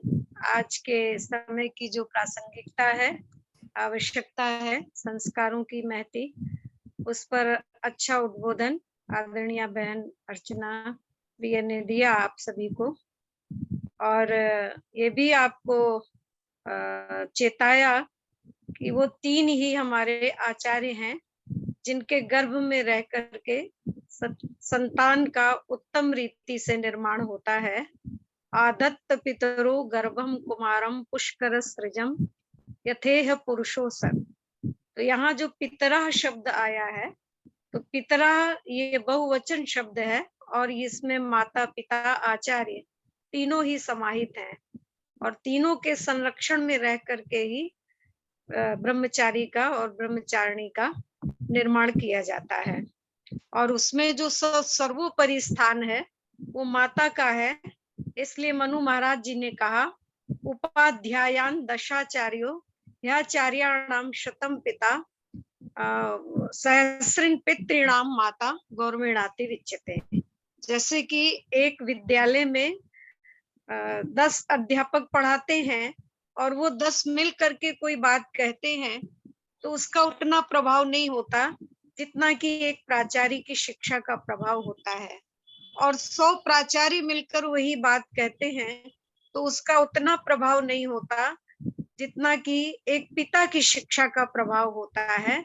और 1000 पिता मिलकर के वही बात कहते हैं तो उसका उतना प्रभाव नहीं होता जितना माता गौरमेणाति विच्यते। इसलिए माता का सर्वोत्तम स्थान है संतान के निर्माण में, और संतान के गर्भ से ही उसकी शिक्षा प्रारंभ हो जाती है जब वो गर्भ में आता है। इसलिए ऋषि दयानंद ने भी सत्यार्थ प्रकाश के द्वितीय समुल्लास में परम पिता परमात्मा से 100 नामों से संबंधित प्रथम समुल्लास लिखा, और दूसरा समुल्लास जब उन्होंने प्रारंभ किया तो वो समुल्लास उन्होंने माता शब्द से ही प्रारंभ किया। उनकी दृष्टि में भी परम पिता परमात्मा के बाद यदि दूसरे नंबर पर किसी के लिए महत्वपूर्ण स्थान था तो वो मातृशक्ति के लिए था। इसीलिए उन्होंने लिखा मातृवान पितृवान आचार्यवान पुरुषो वेद, और माता शब्द की परिभाषा करते हुए लिखा प्रशस्ता धर्म की विदुषी माता विद्यते यस्य सा मातृमान। तो ये बहुत ही अच्छे विचार थे तीनों का ही वर्णन करने के लिए। फिर मैं किसी दिन समय देती हूँ, और हमारे भाई साहब कहते ही रहते हैं समय निकालिए, रोज ही आता है तो किसी दिन 21 तारीख से समय निकाल लीजिए आप। 21 तारीख बनेगा किसी दिन, उस दिन मैं विषय की पुष्टि करती हूँ। जी, और ये अभी आपका जो चल रहा है पितर पक्ष, ये पितरा शब्द यहाँ भी आया है, तो यहाँ पितरा से यही तात्पर्य है हमारे जो भी हमारे पितर, नानी नाना दादी दादा माता पिता आचार्य जो भी है, अतिथि विद्वान धर्मात्मा मनीषी चिंतक विचारक, वो सब हमारे पितर हैं। तो उस तरह से जो आज श्राद्ध और तर्पण मनाया जा रहा है उस रीति से न मना करके जो आश्विन मास में हम करते हैं, बस एक ये क्रीम बात आपके सामने रख रही हूँ, इसके बाद मैं विरमित करूंगी। तो ये आश्विन मास है और कृष्ण पक्ष है। आश्विन का अर्थ होता है संस्कृत में असमन्तात श्वित। संस्कृत में 22 उपसर्ग होते हैं। आ उपसर्ग का अर्थ होता है सब ओर से। असमन्तात श्वित, सब ओर से जिनके बाल पक करके सफेद हो गए हैं और जिनका अनुभव भी पक करके साफ हो गया है। और ये पक्ष होता है कृष्ण पक्ष। कृष्ण पक्ष में चंद्रमा घटता है और शुक्ल पक्ष में चंद्रमा यौवन को प्राप्त होता है। तो कृष्ण पक्ष के चंद्रमा की तरह जिनकी आयु दिनों दिन घटती चली जा रही है, ऐसे हमारे जितने भी आयु वृद्ध, वयो वृद्ध, ज्ञान वृद्ध, अनुभव वृद्ध और बुद्धि वृद्ध, जितने भी वृद्ध से मतलब ये टायर्ड और रिटायर्ड से मतलब नहीं है, अनुभवी, ये जितने हमारे लोग हैं और आयु से भी हैं एक तरह से, तो इनको हम भोजन वस्त्र आदि दे करके उचित सत्कार करें। और इनकी अभिव्यक्ति क्या है, इनकी हार्दिक इच्छा क्या है, उसको सुन करके उसको पूर्ण करें, इनको तृप्त करें। यही हमारी भारतीय संस्कृति में वास्तविक श्राद्ध और तर्पण है। जैसे ए फॉर एप्पल का अर्थ से भी हो सकता है, बनाना नहीं हो सकता, ऐसे ही श्राद्ध का अर्थ जीवित पितर ही होता है, मृतकों का श्राद्ध नहीं हो सकता। आप सभी का हार्दिक धन्यवाद। बहुत बहुत आभार डॉक्टर निष्ठा विद्यालंकार जी। और जैसा कि मैंने पहले बताया था कि हमें डॉक्टर निष्ठा विद्यालंकार जी की छोटी बहन प्राप्त हो चुकी है डॉक्टर अर्चना जी के रूप में, और एक और गार्गी, एक और मदालसा आपके आर जगत में दुमदुमी अपनी मचाए हुए हैं, और अर्चना जी बहुत अच्छा कार्य कर रही है, मैं देखता रहता हूँ। आइए माता चंद्रकांता जी, इसके बाद व्यासनंद। माता चंद्रकांता जी केवल 2 मिनट। माता चंद्रकांता जी। नमस्ते। मुख्य वक्ता आदरणीय अर्चना जी, अर्चना प्रिय जी, और निष्ठा बहन प्रिय बिटिया निष्ठा जी, मेरे भाई अनिल नरूला जी, श्रद्धे मुनि जी तथा आदरणीय व्यासनंदन शास्त्री जी। आज तो अनुपम, अलौकिक तथा बड़ा प्रेरणादायक उद्बोधन था। संस्कार तो हमारे जीवन का महत्वपूर्ण साधन है। अगर जीवन को उन्नति की ओर ले जाना है, व्यक्तिगत जीवन को पहले देखिए, तो संस्कार अवश्य भावी है। जब व्यक्तिगत जीवन निर्मित हो जाता है तो परिवार, समाज और राष्ट्र का निर्माण होता है। तो संस्कारों की भूमिका बहुत अनुपम है, महत्वपूर्ण है। ये हमारी आधारशिला है, हम इसको भूल बैठे हैं, तभी तो हम पतन की ओर हैं और दुखों के घेरे में जमेरों में पड़े हुए हैं। तो इसलिए इन दुखों से, इन कष्टों से, इन निर्वघ्नों से अगर हमने मुक्ति पानी है तो अपनी संतान को सुसंस्कृत करना ही होगा, संस्कारों के महत्व को समझना ही होगा। पहले हम अपने आप को संस्कारित करें, तभी हमारे बच्चे संस्कारित हो सकते हैं। वो माता पिता बहुत सौभाग्यशाली हैं आराधना जिनके जी, बच्चे उनके सेवक हैं। धन्यवाद, अति आराधना जी, अति धन्यवाद। आराधना जी, आराधना जी, आइए डॉक्टर व्यासचंद्र शास्त्री जी।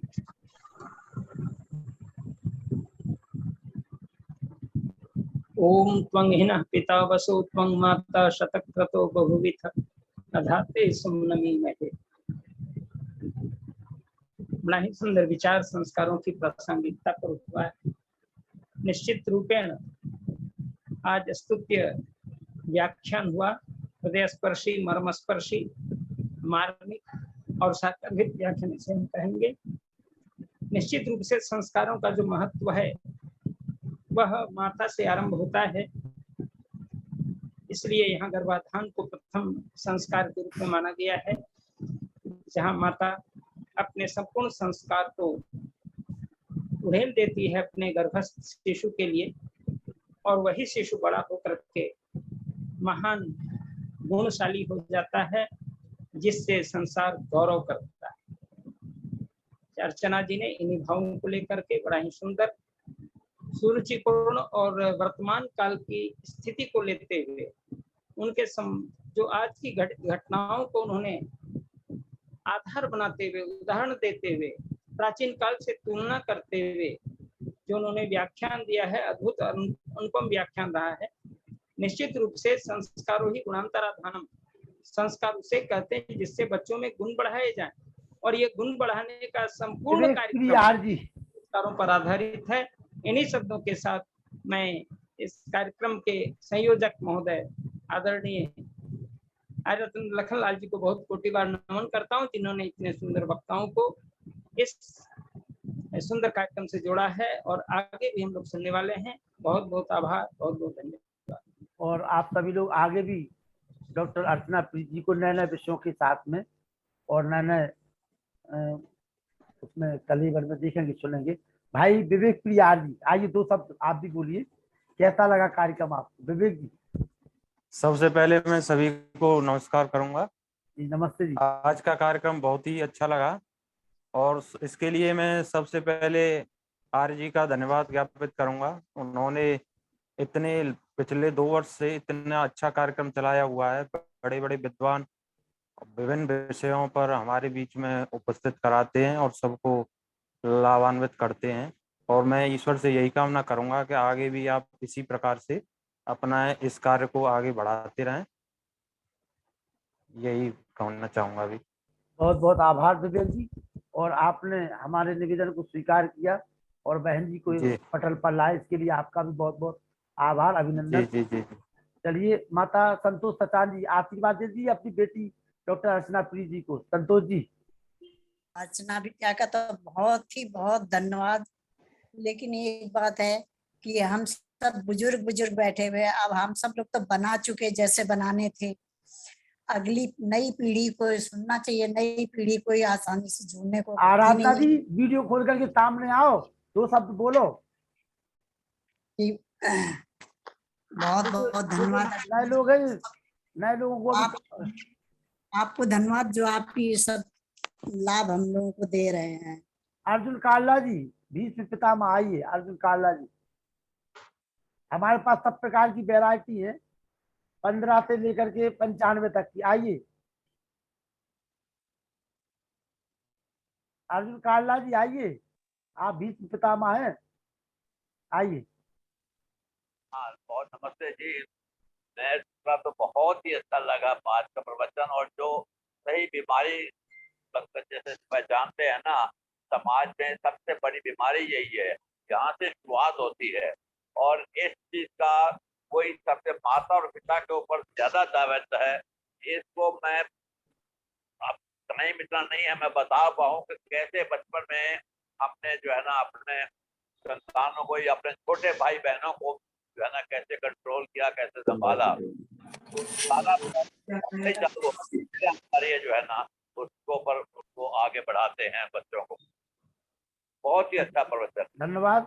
और 95 साल की बात, अब आइए 5 साल के ऊपर जिनका रजिस्ट्रेशन है शांति पाठ पर, आइए 5 साल, 95 के बाद 5 साल आइए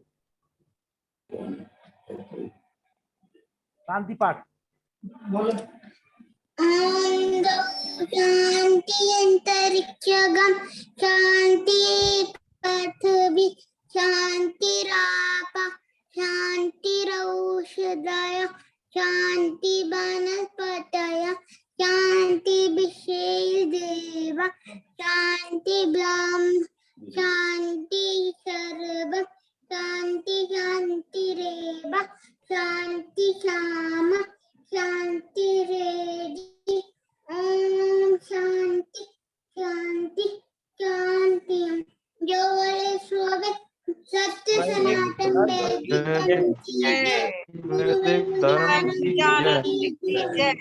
युग प्रवर्तक महर्षि ज्ञान की जय, मर्यादा पुरुषोत्तम श्री रामचंद्र की जय, आदि श्रीचंद्र की जय, भारत माता की जय, गौ माता का